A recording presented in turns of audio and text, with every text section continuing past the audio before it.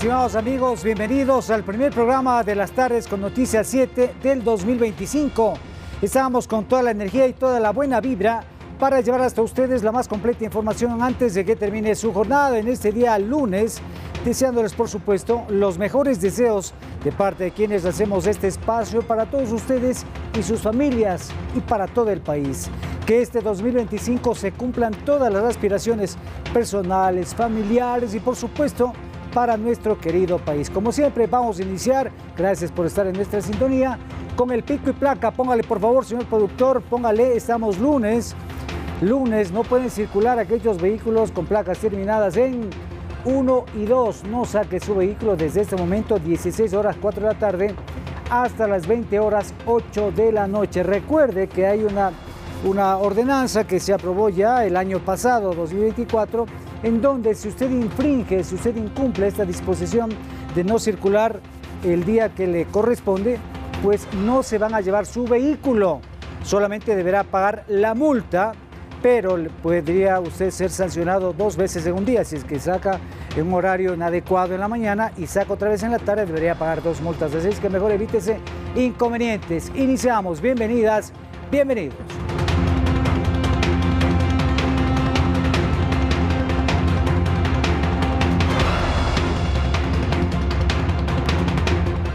Vamos de inmediato con la información. Atención, este 5 de enero inició oficialmente la campaña electoral en nuestro país y concluirá el próximo 6 de febrero, tiempo en el que los candidatos podrán recorrer el país y presentar sus planes de trabajo con sus votantes. Veamos. Serán 33 días de campaña electoral, inició este domingo 5 de enero y concluirá el próximo 6 de febrero, tiempo en el que los candidatos podrán promocionar sus propuestas y planes de trabajo, que podrán presentar a sus votantes mientras recorren el país. Las elecciones se desarrollarán el próximo 9 de febrero, día en el que se elegirán al presidente y vicepresidente de la República, 5 representantes al Parlamento andino, 151 representantes de la Asamblea Nacional, entre nacionales, provinciales y de las circunscripciones del exterior. De ser necesario, una segunda vuelta electoral se contempla para el 13 de abril. Datos oficiales establecen que al momento están empadronados para estos comicios cerca de 13.73 millones de votantes. Para el caso de la promoción electoral en medios de comunicación y vallas publicitarias, estos serán financiados con recursos públicos. La Constitución de la República establece que el Estado debe garantizar de forma equitativa e igualitaria la promoción electoral. Por esta razón, el CNE asigna a todos los candidatos el llamado Fondo de Promoción Electoral para que los destinen a la publicidad durante la campaña electoral. Esta ocasión, para las elecciones generales 2025, serán cerca de 14 millones de dólares. Sofía Vintimilla, Noticias 7. Atención, la vicepresidenta encargada Cynthia Gelibert asumiría la presidencia temporalmente si el primer mandatario Daniel Noboa pide licencia para la campaña electoral. Así lo aseguró el ministro de Gobierno, José de la Gasca, durante una entrevista. Además, califica las acciones de la Asamblea como un golpe de Estado. Para el gobierno, la resolución de la Asamblea se trataría de un golpe de Estado a 2 tiempos. El Pleno del Legislativo resolvió que los candidatos que busquen la reelección tomen licencia sin sueldo para hacer campaña electoral. Sin embargo, en ningún momento se mencionó al presidente Daniel Noboa. El ministro José de la Gasca reaccionó. Hubo asambleístas que no solicitaron licencias y ¿qué hizo la Asamblea? Licenciarlos igual de oficio. Lo mismo querían hacer con el presidente. Querían sacarlo al presidente de la República bajo el efecto de pleno derecho del artículo 93 de la candidatura y demás, un sinnúmero de barbaridades jurídicas, y con eso ir a sentar a la vicepresidenta Carondelet. Para el titular de la cartera de gobierno, el presidente Noboa no está obligado a pedir licencia tras el dictamen de la Corte Constitucional. Sin embargo, esto asegura, está en análisis. De ahí sí va a pedirla porque necesite en algún punto dado hacerlo. Son decisiones que se van tomando según se va viendo. Por lo pronto partimos de la base de que constitucional ni legalmente está obligado a hacerlo. También defendió el hecho de que Noboa envíe un mensaje a ciudadanos que se apostaron en Carondelet el pasado domingo. Con este gobierno van a lograr que en 5 semanas por fin resurja el país. ¿Qué tiene que ver eso con inducir al voto? De la Gasca aseguró que será la vicepresidenta encargada, Cynthia Gelibert, quien asumiría temporalmente la presidencia de la República si es que el presidente Noboa pide licencia en el periodo de campaña. y justificó la decisión del Ejecutivo tras el supuesto abandono del cargo de Verónica Abad, quien debía cumplir funciones en Turquía hasta el 27 de diciembre, pero no lo hizo. Para que cese el tema de la ausencia temporal, debe presentarse en Ankara, en Turquía, a cumplir con la disposición del presidente. Abad había anunciado que asumirá la presidencia de la República. Sin embargo, tanto las Fuerzas Armadas, así como la Policía Nacional, indicaron que están bajo el mando del presidente constitucional, Daniel Noboa. Edison Saavedra, Noticias 7. Y 98 asambleístas se principalizaron este lunes en la Asamblea Nacional. Javier Ceballos nos tiene ya un informe respecto al primer día de trabajo de los asambleístas, quienes sustituyen a los parlamentarios que gozan de una licencia sin sueldo por su intervención en la campaña electoral para su reelección. Javier, buenas tardes, cuéntanos, te escuchamos. Gracias, Rommel. ¿Qué tal? Una excelente tarde para ti y un buen inicio de año, por supuesto, para todos los televidentes del país. Bueno, les cuento que aquí en la Asamblea Nacional hay novedades. En la sesión del Pleno de este día lunes se principalizaron 98 legisladores alternos que reemplazan a los titulares, quienes solicitaron licencia para participar en la campaña electoral. Los detalles de esta sesión los resumimos en el siguiente video. Veamos. Damos también la bienvenida a los El Pleno de la Asamblea tiene caras nuevas. En total son 98 los parlamentarios alternos quienes se principalizaron este lunes para ocupar las curules de los asambleístas que se acogieron a la licencia sin sueldo para hacer campaña. Algunos de ellos ya tuvieron la oportunidad de actuar en el Pleno. Para otros fue su primera vez y por ende debieron refrescar conocimientos de procedimientos parlamentarios. Sin embargo, la polémica no estuvo ajena. Ana Cifuentes, por ejemplo, señaló que actuará como independiente pese a representar a Imbabura por el movimiento Construye. Yo voy a actuar en beneficio de mi pueblo, de mi provincia que nos eligió, más no es de venir aquí a cambiarse de camiseta. Fernanda Robles, alterna de Diego Matobella de ADN, también expuso cuál será su línea de trabajo. No, yo voy a trabajar autónoma, porque yo me debo al país y eso quiero que ahora que tengo la oportunidad de estar frente a los medios de comunicación, yo me debo al pueblo ecuatoriano. Esther Cuesta, quien asumió funciones como presidenta de la Asamblea encargada, dijo que 98 asambleístas están con licencia sin sueldo, incluidos los de la bancada de ADN. No pueden entrar al Pleno y eso sí fue algo muy claro que tuvimos en la resolución. Natalie Morillo, candidata a la reelección en la Asamblea por el oficialismo, cuestionó en Noticias 7 la decisión adoptada por la Asamblea la noche del pasado sábado.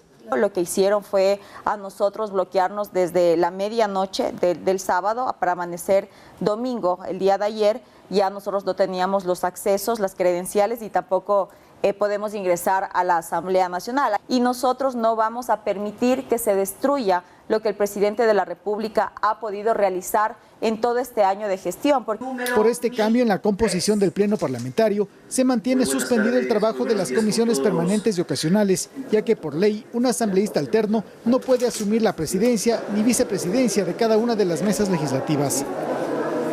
Cabe resaltar también que los actuales asambleístas, quienes están en funciones desde este lunes, trabajarán hasta el día miércoles debido a que la Asamblea Nacional tomará su primer receso legislativo del año. Hasta aquí nuestro informe desde el Parlamento Nacional. Rommel, tú sigues con más noticias desde estudios. Una excelente tarde. Igualmente, una excelente tarde para ti también. Gracias, Javier. Importante información desde la Asamblea Nacional. Vamos a continuar con más noticias. Atención.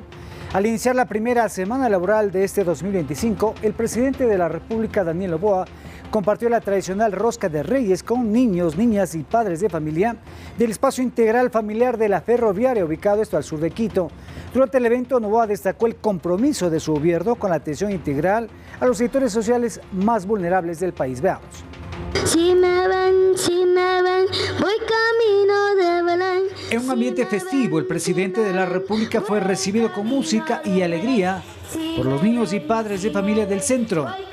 Este lunes 6 de enero de 2025 se aprovechó también la ocasión para compartir la tradicional rosca de Reyes con todos los asistentes. Porque al final del día son ustedes los que hoy en día están gobernando, son ustedes los que hoy en día están determinando cuál es el futuro del país.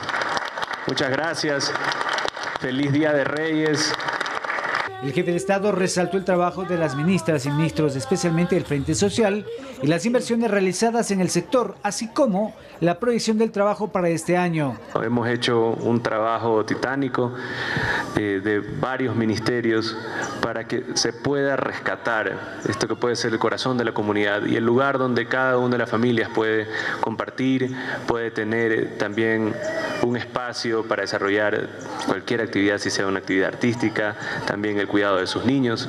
Este centro de atención integral en la ferroviaria ofrece diversos servicios a niños y padres de familia, como cuidado infantil, talleres y actividades recreativas. Fue reabierto hace aproximadamente 6 meses con una inversión de más de $200,000 por parte del gobierno actual, luego de 12 años de abandono. Tenemos servicios sociales como educación, salud, telecomunicaciones. Tenemos los puntos digitales, tenemos coworking que funciona acá. Y aparte, algo muy importante que son los talleres. Tenemos taller de corte y confección, de belleza y la panadería más tecnificada y más tecnológica que tiene Quito. Los vecinos del sector agradecieron al gobierno por la recuperación de este centro que les permite organizarse y utilizar los diferentes servicios que presta. Para mí dejar a mi hijo aquí significa, me da seguridad, confianza, saber que hay un espacio donde nos reciben a toda la familia. Gracias por su compromiso con la comunidad. El Centro de Atención Integral Familiar de la Ferroviaria atiende también de lunes a sábado, incluyendo actividades deportivas. Rommel Garzón, Noticias 7. Vamos a cambiar de tema. Atención, el ministro de Transporte, Roberto Luque, anunció la construcción de los tramos 4 y 5 del quinto puente en la provincia de El Guayas. Los trabajos iniciarán en los próximos días y serán financiados a través de los fondos fiscales propios, según señaló el secretario de Estado. El quinto puente es una obra esperada por la provincia del Guayas al menos desde el año 2008. La ruta prevé evitar que la carga pesada ingrese a Guayaquil, logrando que este tipo de transporte llegue a terminales portuarias sin pasar por la ciudad, uniendo al sur de Guayaquil con Durán, Yaguachi y Naranjal. Obra que, de acuerdo al ministro de Transporte Roberto Luque durante una entrevista para Radio Democracia, comenzará a construirse en los próximos días. Los trabajos se realizarán en cerca de 22 kilómetros. Para arrancar los tramos 4 y 5 es lo que conecta las vías hoy delegadas a la prefectura, Durán-Tambo, Durán-Boliche, con Taura, y la E25 que va desde Durán a Machala, con Taura. El financiamiento se realizará por medio de fondos fiscales propios, según mencionó el secretario de Estado. Ya tiene certificación presupuestaria y que se ha arrancado con un desembolso de 35 millones en el 2024, se prevén 51 millones en el 2025 y los restantes cerca de 30 millones en el 2026. Además, el ministro de Transporte recordó el trabajo previo del gobierno nacional antes de iniciar la construcción del quinto puente. Actualizar los diseños que eran del 2009, actualizar el estudio de tráfico, aprobamos la ley de alianza público-privados y el proyecto del quinto puente ya consta como perfil de proyecto en la Secretaría de Inversiones Público-Privadas. En tanto, a través de las redes sociales, la prefecta del Guayas ratificó el comienzo de la obra, detallando los plazos de la primera fase que serán de cerca de 2 años, por medio de un trabajo coordinado entre el gobierno nacional y la prefectura. Sofía Vintimilla, Noticias 7. Bueno, y con esta noticia vamos a hacer una primera pausa, pero al regresar les contaremos qué pasa, qué expectativa hay con respecto a unos virus que están circulando en China. Ya venimos, no se despegue de su pantalla.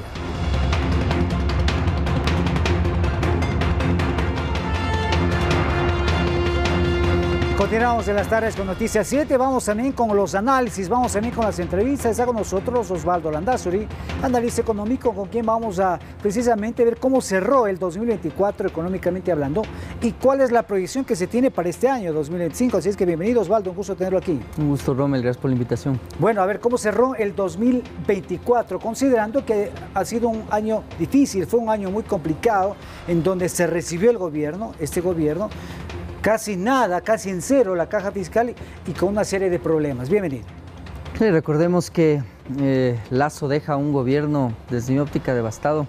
Una caja fiscal que estaba alrededor de los $100 millones para que veamos la estrechez que se tenía al inicio del mandato y obviamente el desfinanciamiento que venía hacia adelante. Por lo tanto, es indudable que este gobierno estuvo obligado a tomar una serie de decisiones complejas, por ejemplo, lo del IVA, es una de ellas, lo mismo los subsidios de los combustibles, pero en términos generales, claro, te encuentras con un 2024 que si bien termina mejor en términos de déficit fiscal, lo que estamos viendo es más o menos unos 2.500 millones frente a los 5.000 del año pasado, tiene todavía muchos asuntos pendientes respecto a inversión, respecto a gasto corriente, que cualquier candidato va a tener que enfrentar en el futuro como un asunto delicado. Por ejemplo, la relación con el Fondo Monetario Internacional. Exacto, y ahí hay que decir también que se logró, durante las gestiones del año pasado, abrir las puertas de organismos internacionales de crédito que le facilitaron al Ecuador los recursos para, por ejemplo, ponerse al día con los sueldos y salarios, que no había plata, había problemas con los GATS, se ha pagado también a Solca, se ha pagado a la Seguridad Social, se han ido solucionando los problemas que veníamos acarreando como país desde hace varios años, y eso digo es bueno porque, por ejemplo, se ha reducido el riesgo país también, y son indicadores que de alguna manera la economía sigue dando la vuelta, Osvaldo. Es un camino largo todavía que debe recorrer el país, y yo creo que he sido de los más objetivos en analizar este asunto. El próximo año, sí, más bien dicho, y el que viene, hay vencimientos de deuda importantes todavía. Es decir, la relación con el Fondo Monetario es muy importante. Si a mí me preguntarían, pues lo que menos quisiera un mandatario, un político, es ir al Fondo Monetario. Pero en realidad el Ecuador ya en esta situación en donde tiene pocas alternativas de financiamiento, pues es importante entender que el paquete que se está negociando es un paquete muy grande. En esa línea todavía hay muchos asuntos pendientes, si bien se han cerrado algunos, todavía quedan saldos pendientes en asuntos de seguridad social, en inversión, y eso es algo que el país lo debe ir paliando en la medida en la que encontremos ciertos consensos. ¿Qué consensos, por ejemplo? En relación al resto de subsidios que pueden todavía ser ineficientes en términos de gasto, en relación a seguridad social, que es otra bomba de tiempo de la que tenemos que hablar, y en relación a aquello, pues las famosas normas laborales, es decir, cómo generamos más empleo con inversión. Para aquello, insisto, los candidatos van a tener que topar asuntos delicados en cuanto al plan de trabajo, y el presidente también, porque es distinto un gobierno de transición a uno que está buscando elegirse por 4 años más. Exacto, pero hay que tener claro también, creo yo, Osvaldo, el hecho de que pues ningún candidato le puede ofrecer una receta mágica que va a solucionar los problemas del país en 2 o 3 meses. Es un problema, o son los problemas de largo aliento, y de allí hay que analizar fríamente los datos, ¿no? Hay otros inconvenientes, por ejemplo, el cierre del ITT. Al final estamos hablando de recursos que ya no se van a tener, sino que más bien se van a tener que desglosar, se van a tener que pagar para el cierre del ITT. Son entre algunas acciones que deberán tomar quienes dirigen los destinos del país desde mayo de este año también, ¿no? Sí, es correcto. No hay recetas mágicas para esto. Es un camino complejo, es un camino largo que debe tomar el país. Y en ese asunto de temas largos y complejos, hay unos dos que están ahí pululando. El uno es la seguridad, que es algo que tenemos que seguir hablando y tenemos que encontrar un plan que realmente haga sentido. Y el segundo es la generación eléctrica, es decir, si bien se ha resuelto el tema en gran medida con las últimas acciones tomadas por este gobierno y también con la mejora del clima, pues lo cierto es que hacia adelante hay un plan de inversiones que incluyen 16.000 millones de dólares. Entonces, a eso que tú comentas, Rommel, hay que añadir además cómo haces que el sector privado participe exitosamente en ciertas concesiones, en ciertas inversiones que probablemente el gobierno central no las va a poder hacer. Entonces, primero eso, no hay una receta mágica para esto. Segundo, es largo aliento. Y tercero, son decisiones, algunas de ellas incómodas, de las cuales los ecuatorianos tendremos que hablar. Para cerrar ya un poco, ¿qué decirle al país frente a lo que se viene en este año? Se deben analizar adecuadamente el voto, ¿no? Considerando todos estos elementos, ¿no? Sí, es muy importante ver las propuestas de los candidatos, es importante entender que un año político siempre genera incertidumbre y eso también le va a pasar factura a la economía. También es importante entender que el entorno internacional tampoco es un entorno muy favorable al crecimiento económico en América Latina en general, y el Ecuador tampoco va a ser la excepción. Pero muy probablemente, si es que los candidatos o el gobierno no encuentran la manera en que se revitalice la inversión, tanto pública como privada, probablemente no vamos a ver números de crecimiento importante. Yo me temo que el año pasado el Ecuador va a terminar en terreno negativo, en crecimiento. El desafío es ahora transformar eso, primero en positivo y segundo en un número que haga sentido con el crecimiento poblacional. Y eso fundamentalmente se logra con inversión, que tal vez sea el asunto más importante que tenga que analizar el país en los próximos años. Muy bien, muchísimas gracias a Osvaldo Landazuri, analista económico, que ha estado con nosotros precisamente pues haciendo una pasada, una revista de lo que fue 2024 y las proyecciones 2025. Quédese un ratito ahí, por favor. Vamos a contarles ahora a nuestros televidentes que el Ministerio de Salud informó que no existe evidencia de ningún virus nuevo que conlleve a declarar una emergencia sanitaria en el país. Además, las autoridades aseguran que el virus metapneumovirus humano no es una cepa nueva en el mundo. El metapneumovirus humano reportado en los últimos días en China es una cepa de una enfermedad respiratoria que no es nueva en el mundo. Los primeros registros datan del año 2001. En Ecuador, de acuerdo al Ministerio de Salud, durante el 2024 se registraron 9 pacientes con el virus. Ningún fallecimiento por este metapneumovirus humano. Entonces, no es que es un virus nuevo ni una cepa que acaba de llegar. Los síntomas de esta enfermedad son similares a la influenza o el COVID-19, por lo que para detectar qué tipo de virus porta la persona que padezca síntomas gripales, es necesario hacer una prueba PCR. Dolor de cabeza, congestión nasal, tos productiva, en algunos casos inclusive fiebre. Entonces, lo que se tiene que atacar es a estos síntomas para que el paciente se mantenga estable. El tratamiento depende de cada caso. Los especialistas recomiendan acudir al médico para evitar complicaciones que podrían desencadenar enfermedades graves. Vemos que el grupo de edad más afectado en cuanto a las IRAG, las infecciones respiratorias agudas graves, va entre el 1 y 4 años de edad. Al momento, el Ministerio de Salud informa que no existe evidencia de ningún virus nuevo que conlleve a declarar una emergencia sanitaria en el país. Además, pide a la población mantener las acciones preventivas como la vacunación. Si bien es cierto, la vacuna contra la influenza, contra la COVID-19, no va a atacar a este virus, al metapneumovirus humano, pero sí va a ser una barrera o una ventaja que vamos a tener. Ventilar los espacios, usar mascarillas si presenta algún síntoma de resfrío y el aislamiento preventivo son otras de las recomendaciones para evitar la propagación de enfermedades respiratorias. Sofía Vintimilla, Noticias 7. Continuamos en un comunicado oficial. El Ministerio del Ambiente, a través de la Dirección de Parque Nacional Galápagos, dispuso, escuche bien, el cierre de la playa Man, tras identificar una posible afectación a la biodiversidad por parte de visitantes que acudieron al sitio el pasado 1 de enero, incumpliendo con las normas de visita, acciones que ponen en riesgo a los lobos marinos que viven en la zona y a su ecosistema. Estamos viendo imágenes ahí, ¿ya? La medida de carácter temporal se mantendrá hasta que el gobierno autónomo descentralizado municipal de San Cristóbal presente un plan de manejo para Playa Man. La dirección del Parque Nacional Galápagos apoyará en la elaboración del mismo a fin de incluir, escuche bien, planificación y elaboración de herramientas para el manejo de visitantes y actividades turísticas, así como procedimientos de control sobre las actividades antrópicas. Esto en concordancia con las estrategias de conservación local definidas en el Plan de Manejo de las Áreas Protegidas de Galápagos para el Buen Vivir. Vamos a una nueva pausa para al regresar toda la información internacional. Ya venimos.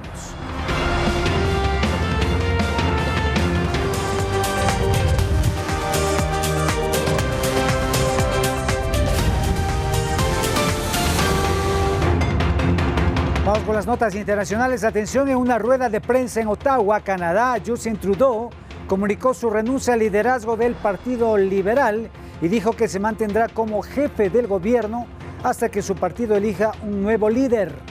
Trudeau, líder del partido durante 11 años y primer ministro durante 9, se enfrenta a una serie de crisis crecientes, desde las amenazas arancelarias de Donald Trump hasta la dimisión de aliados clave.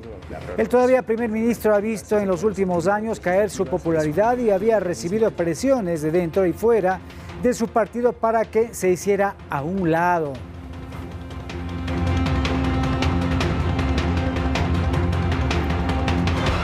Bueno, y una gran ola de nieve y temperaturas bajas azota a Estados Unidos, lo que provocó el cierre de escuelas y oficinas gubernamentales en varios estados. Póngale, por favor. Las aerolíneas estadounidenses cancelaron más de 1.300 vuelos después de que una tormenta invernal provocara nevadas, heladas y temperaturas bajo cero en una amplia franja del país. Las tormentas también causaron estragos en los ferrocarriles de pasajeros del país, con más de 20 cancelaciones durante el fin de semana. La lluvia y las tormentas también podrían causar inundaciones, especialmente en el sureste de los Estados Unidos.